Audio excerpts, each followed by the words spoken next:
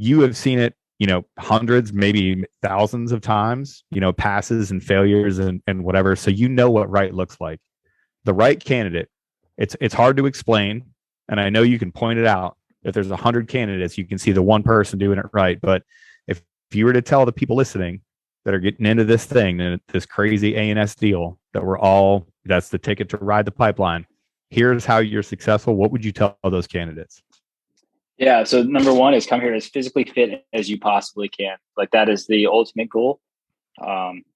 When you get to SWIC, and I mean, like you said it best, right? Like the pipeline there's never been a better time to come through the pipeline than right now, because at every single point, there's somebody there to provide you some mentorship and some help, whether that be, you're struggling in the pool, you're struggling on land. Like we have active duty operators who are taking time from the operational community to go and be recruiters and provide training. We have retired operators who are doing the teacher eye field developer stuff, who are writing workout plans.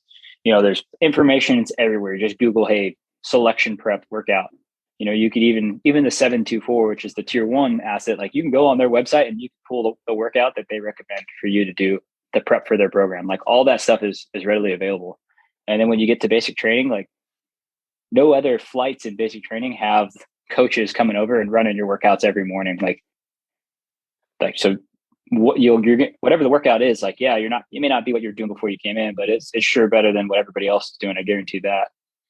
And then when you get to prep or SWIC, take advantage of that. Like, because the thing I hate when gals get to A&S, they say, yeah, I wasn't prepared for this. And it's like, well, what were we doing? Like that's a poor excuse, because we have all these things in place for the candidates to be successful. So when they're like, yeah, I didn't train well enough for WaterCon. And that just leads me down that road. Like lie yourself, because you got WaterCon 5 days a week over there at the candidate course. And now you're coming here and you're unable to execute. And maybe that's just, that overall stress, but to get back to it, come here as physically fit as you possibly can. That is goal number 1. Goal number 2 is to have a, sense of urgency. So when we're telling you to move out on a task, you're moving out on the task. The next one is team before self. And like those sense of urgency, team before self. Like you could do those 2 things, you're probably going to be successful. Poor teammates, like they don't get selected, because we don't want those people around the community. If so, doesn't matter how physically fit you are at that point. Like if you're toxic on your team, you're going to get voted off the island quick. So to wrap it up, physically fit, sense of purpose, sense of urgency, and then team before self. Those are your 3 keys to have before you get here.